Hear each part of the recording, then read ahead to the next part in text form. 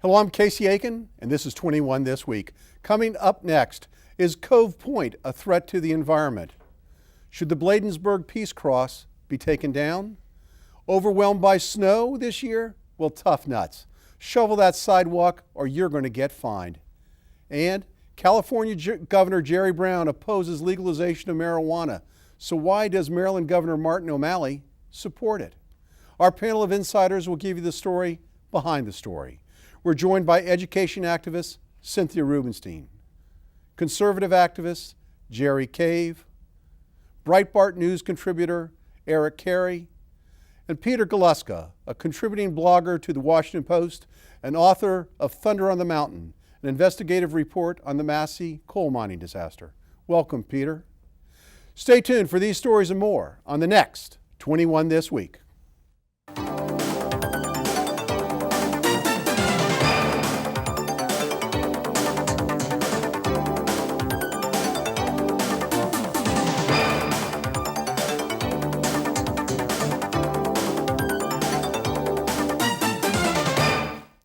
This week, while Dominion Resources won an important legal battle in court in favor of its plan to export natural gas from its terminal at Cove Point in Lusby, Maryland, protesters rallied in Baltimore in opposition to the plan.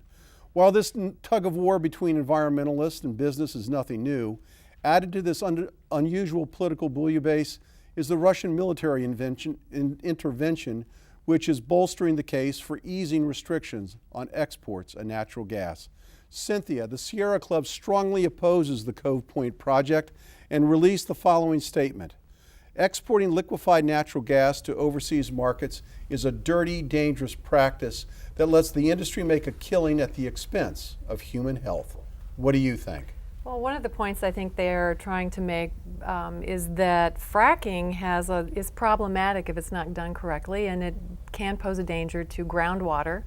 And also there's the issue of methane emissions with fracking. And so I think that's something that they point up. Also at Cove Point, there are over 300 homes within a mile of Cove Point, and people who live near there are understandably concerned about this project. Thanks, Cynthia. Peter, this past Friday, the Wall Street Journal reported that the Obama administration cleared way for broader natural gas exports by approving an export facility in Texas. So what do you think that signal is for the Cove Point project? Well, basically, I think that keep in mind there are about 20 such export facilities now proposed in the country. And one of the unique things about Cove Point is that it's been an import facility since the 1970s. It has been importing liquefied natural gas from places such as Algeria and Norway for many years. And so that threat of the homes and everything is a real threat, but it's been there. And so far as my reporting shows, there's only been one death in an electrical fire back in the 1970s at Cove Point. The bigger issue has to do with whether Cove Point will encourage more fracking. Maryland is still has taken a wait-and-see approach on fracking. Pennsylvania allows it, West Virginia does, New York still has a moratorium.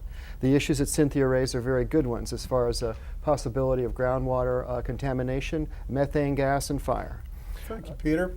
Eric, the New York Times editorialized that American officials should use natural gas exports as a component of diplomacy in relation to the Russian action in the Ukraine. And what we've heard from our first two commentators, this may lead to increased fracking. And will the stigma of fracked natural gas be removed? Because we need to. Well, it's one of those things, the saying is that a stop clock is right twice a day. With the New York Times, here's one of those right times. And what's really important is, if you go back and you look at some of the movies and the other, I would say movies more fictional than anything else, of documenting fracking, is the water table is hundreds of feet above what's going on with the fracking technology. And just like as what Cynthia says, there's the potential of accidents. There's a potential of having an accident when we get out of bed in the morning. So there's always going to be that. But as what Peter also said, there was only one accident at the plant so far, and that was back years ago. And I went and did a search on Google, and basically looking at liquefied natural gas and accidents, I came up with 220,000 hits. So, and then looking at it, it really didn't talk about any actual accidents. But more importantly, here's a chance for Maryland to go through to help grow the economy by exporting. Because right now, what does Maryland export except people? Thank you, Eric. Well, that leads into another great question, Jerry. Are we sacrificing the environment for the almighty dollar? Well, we're not sacrificing the environment because natural gas is one of the cleaner burning fuels, and we should encourage it. In fact, we should be harvesting all the natural energy resources we have because they create jobs and reduce our trade deficit No, but and let's, everything let's else. focus on fracking. Is fracking dangerous? It's Eric just explained that it's hundreds, if not thousands, of feet below the water table. But some people want to live in utopia where everything will be perfect. The rest of us, we live in the imperfect world called Earth, and there's a potential for damage. But what are we supposed to do? Turn off all the energy and let people die by the billions? This is a crazy idea. Natural gas is one of the cleaner burning fuels, and we should harvest it, we should export it, and we should do more of it. Peter, you've done a lot of reporting both on the coal industry and the energy industry in whole. What is your view on this? Well, it's all relative in many ways. I mean, if you look at coal is absolutely dirty. It kills many people, it destroys mountains. Natural gas releases about half as much carbon dioxide contributing to global greenhouse gases as does coal. However, one of the problems, though, with fracking is that the jury is still out on whether it's safe or not. It does use a tremendous amount of water, and it sort of dissuades states from really focusing on renewables like solar and wind and other forms of energy that Maryland should be developing. But the renewables aren't working. They have to be so heavily subsidized. What we should do is more research on renewables, and then when they're ready for production, do that. But it's crazy to go into production on renewables because they don't work. The wind thing, the solar thing, they only work if they're heavily subsidized. Cynthia. Well, I was going to say, the subsidies fine, but what about the costs of damages to environment from poorly done fracking? Sometimes if you damage something, sometimes you can't bring it back, and that's also a very What about the costly cost of children from possibility. poorly done education? I mean, anything can be poorly done. You can't condemn an industry because you think it might be poorly done. You don't condemn an industry, but you don't just say open the door and say, yeah, come on in and whatever. Well, nobody's saying to do it poorly. This is what I'm concerned about. There seems to be a lot of issues of people raising concerns about the dangers of fracking. Mm-hmm. But heretofore, where it has been done, there hasn't been any real evidence that fracking has harmed the groundwater and polluted. So, I mean, sometimes we get stuck in a mindset where any industrialization is wrong. Peter, you have something on this? Yeah, I just want to counterpoint to my gentleman friend here is that first off, as far as subsidies go and renewables, I mean, I hate to break it to you, but the other traditional forms of energy, such as especially nuclear, can't survive without billions and billions of dollars in government subsidies. Just a few weeks ago, Southern Company in Georgia got billions in loan guarantees for one of the first new nuclear reactors to be built in this country since the 70s. And the oil sector has gotten tremendous subsidies in terms of depletion allowances, et cetera. So I think that all industries are going to need some form of government subsidies, and to single out renewables is just plain silly. Well, the only thing about oil and and nuclear is they might actually be able to pay back those loan guarantees. But more importantly, what we need to look at is renewables, but also the way to sustain. And right now, the renewables can't get a plane off the ground, can't really go through and keep a ship out at sea. So we're going to have to look at the technology now in addition to looking at the renewables in the future. Well, it's been a great conversation here today. We're going to find out what's going to happen at Cove Point in the very near future when the Federal Energy Regulatory Commission makes its ruling. All right, on to issue 2. For 89 years at the intersection of Baltimore Avenue and Annapolis Road, the town of Bladensburg has honored those that died in World War I with a 40-foot tall memorial in the form of a cross. This week, the American Humanist Association has filed a lawsuit in federal court to have the Bladensburg Peace Cross taken down. Jerry, according to town officials, the cross memorializes the 49 town residents who gave their life in World War I, and it's not meant to be a religious icon. But nevertheless, times change, and if it's offensive, should it be removed? I don't hear a hue and cry about how offensive it is, but it's just like this war on Christianity. If you have anything that looks like it's religious, we got to go after it and have it removed. Are we going to remove all the crosses over in Arlington? And I can tell you one thing from a lot of my friends and family that have been in wars and in combat, there aren't any atheists in the foxhole. Cynthia, is the Peace Cross a religious symbol, or is it an honorable memorial to those that died? Well, I think at the time that it was constructed and put up, which was in 1925, it was meant to reflect the times and how people associated the cross with our war dead. So I think the answer to that is it's both. But I want to say that the folks who have put this suit forth, I mean, I'm a little leery of their motives. You know, this is something I think to bring attention to their cause, and you know, for publicity for themselves. Well, I want to respond to something, Jerry. That's a very good point, Cynthia. I want to respond to something Jerry. Actually, the individual who did bring the suit said he was offended by the sign of the cross when he passed it on his monthly journeys through that intersection. So, as Cynthia rightly pointed out, in 1925, the symbol of a cross may not have been offensive to many, but now we have a different, more enlightened view of what religious symbolism means and how it may offend others' rights. I'm not sure I'd call it enlightened, but if you're going to take everything down that somebody finds offensive, then you better break out the bulldozers because everything's coming down. Peter, you looked askance at me when I used the term enlightened. No, Casey, I know you're enlightened. I've known that for years.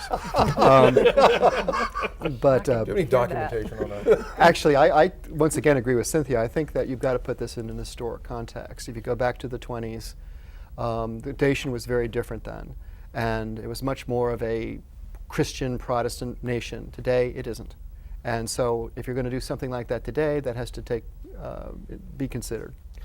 There's a danger in looking at things like that. Sooner or later, what happens if we look at a pyramid and say that that's offensive? So are we going to basically go over there and blow up the pyramids over in Egypt? No.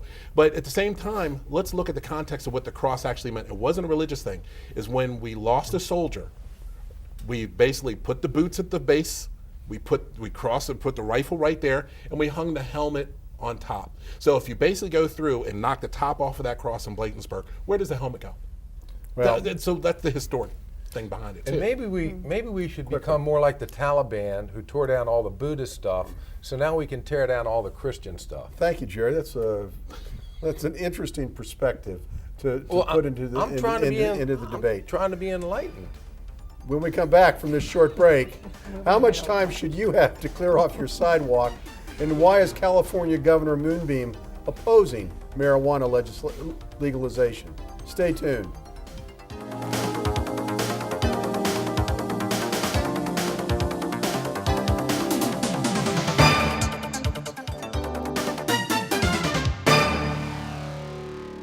And welcome back. It's no surprise that Maryland law enforcement opposes the movement to decriminalize possessions of small amounts of marijuana or to legalize recreational use of the drug altogether. But it came as a shock when California Governor Jerry Brown came out in opposition to legalizing pot. Eric, Governor Brown is quoted as saying, "How many people can get stoned and still have a great nation or a great state?" The Maryland General Assembly is actually discussing this very issue right now. What do you think is going to happen?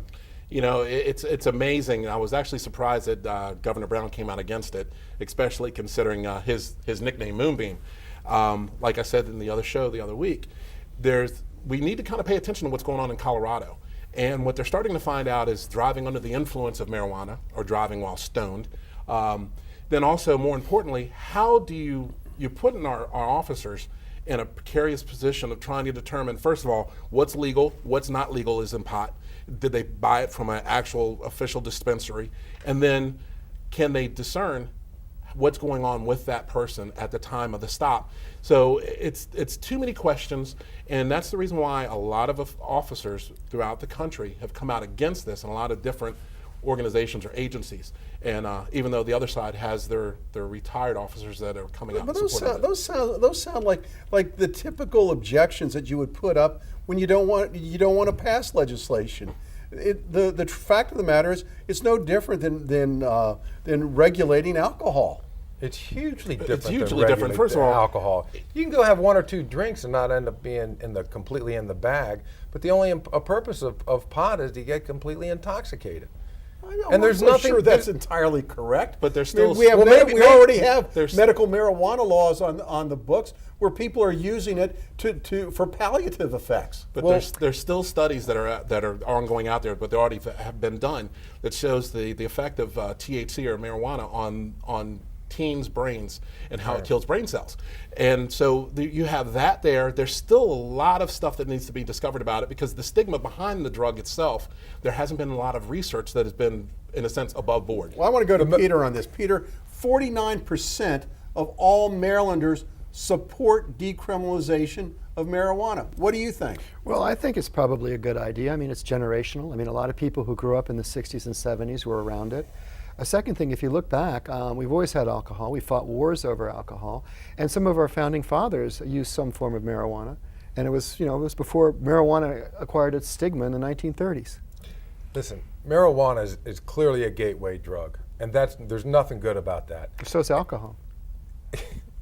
Yes, but this brings you into the drug thing, and that's different. We had the alcohol thing, but Peter, our generation has been much more damaged by the drug thing on top of the alcohol thing. But I got to say, there's one thing I like about marijuana. I have seen some people who have smoked it their whole life, and when we were young, they were smarter than I was, and now they've gotten dumber.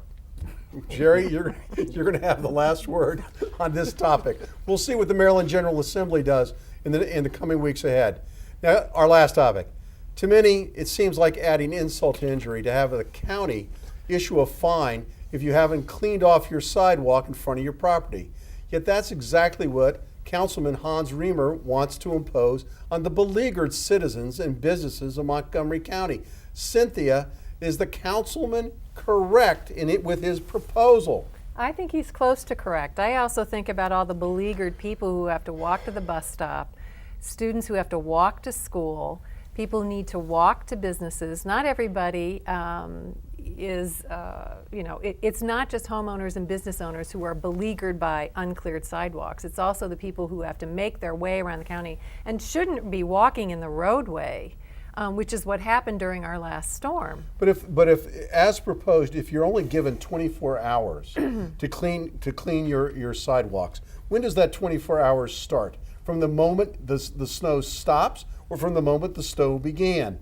And if it's a huge snowstorm like we had this past week, where resources were overwhelmed, is 24 hours reasonable? I think 24 hours is reasonable. Well, 24 hours reasonable. I mean, we had streets that weren't plowed for days after the last snowstorm. So, practice what you preach. Jerry, is this a reasonable proposal? And will county office buildings and the county government be subject to the same fines as the regular citizens are? Well, I ran for office and I didn't get elected, so I can't speak for county government, so I can't speak to that. But I find it fascinating that we have traffic problems and spewing pollutants in the air hour after hour. We don't do anything about that. We have overcrowded schools, but Hans is worried about the snow. So we get a bad snow every couple of years. But on a more serious note, I had a friend of mine who had a heart attack shoveling snow. So if you put this pressure on people to go do this, and we're not in Minnesota where we're set up to deal with this all the time, and somebody goes out there and has a heart attack over it, I'm not so crazy about this idea. But it doesn't, I think we have much Cynthia bigger have a things. valid point that the people that have to fight their way through the snowy and icy sidewalks sometimes put themselves in jeopardy by walking in the streets. Can we speak to the people up in Utopia and come down to planet Earth?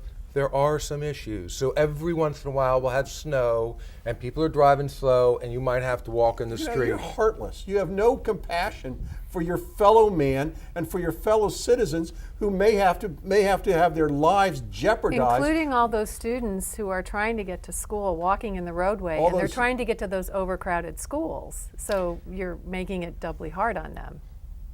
I am just a brutal and awful person.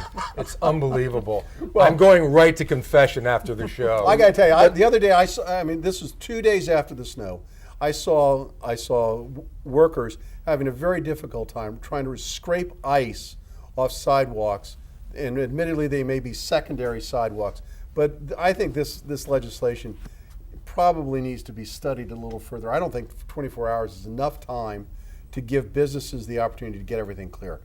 And they have an incentive to want to do that because they want customers coming in their doors. And believe me, it's easier to shovel within 24 hours than it is after 24 hours when everything is packed and icy, and it's even that much Well, harder. that's if you live in the area. If you're commuting in from somewhere else because it's so expensive to live in this area, then you're going to have the logistics of trying to get here just to be able to deal with the snow. And just like Casey brought up the point, when does the clock start?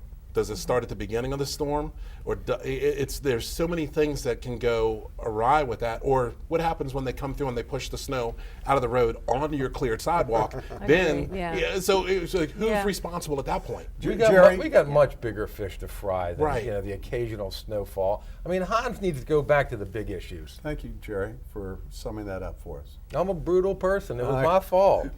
I caused the snowstorm too. Well, I hope we don't have one next week. I want to play golf. All right, stay tuned for parting shots when we come back from this short break. And welcome back. Now with parting shots, Cynthia Rubenstein. All right. Since Jerry brought up overcrowded schools, that's part of my parting shot because Ike Leggett and Superintendent Josh Starr, as well as busloads of parents and students, went to Annapolis on Thursday to beg, plead, cajole, and demand more school construction money for Montgomery County. In the last go-round, Baltimore realized school construction funding, and on a per-student basis, Baltimore student over $400 a student in school construction money. Montgomery County less than $200 per student in construction money. Thanks, Cynthia. Jerry Cave, your parting shot. It's on the same topic. It's on education. And Montgomery County is number one. We have the most trailers behind schools of any county in the state. 458 trailers, 10,500 students taking classes in trailers. We have 2,500 students coming in a year, and the liberal Democrats that have been elected out of Montgomery County, the only thing they want is extreme left-wing social agenda, and they never do what your people do, which is go to Annapolis and demand the money, even though the governor, the controller, the attorney general, and the most legislators come out of Montgomery County. They let you down. I ran on this issue and nobody cared. So Montgomery County is getting exactly what they didn't ask for. Thank you, Jerry. That's quite a strong statement. Eric, Cary, your parting shot. My parting shot is basically to talk about the environment. We always hear that conservatives and Republicans are for dirty water, dirty air, and so on. What we're actually for is progress and success for not only just our local area, state, and country, is more importantly looking at the actual issues at hand and how it impacts us as citizens and business owners and job creators. But one simple thing, when it comes to climate change or global climate change, ask the person, what's the absolute perfect temperature of the planet? You can't get an answer, so how can we talk about change if we don't know what we're changing from? Thank you, Eric. Peter Galuszka, your parting shot. Well, I'm actually glad to, I'm not a Maryland resident, but I'm really glad to see Maryland residents of different persuasions and thinking to take issue with whether fracking is good, whether there should be LNG or not. And I'm not siding with them. I'm just saying it's refreshing to see a debate, because it's a debate this country and this state need to have. And that's all. That's my shot. Thank you. Thank you, Peter. I want to thank you for being here tonight. I want to thank the panel for being here tonight. And I want to thank the audience for tuning in each and every week to Montgomery County's hardest hitting political talk show. Next week on this show, we're going to do an interview with County Council or former County Executive Doug Duncan, who's trying to get his job back. So you want to tune in for that. And remember, each week you can follow us on Facebook and you can like us on Twitter. Oh, I just messed that up, didn't I? You can like us on Facebook and follow us on Twitter. And you can tune in to see past episodes of 21 This Week on YouTube. For 21 This Week, I'm Casey Aiken. Okay.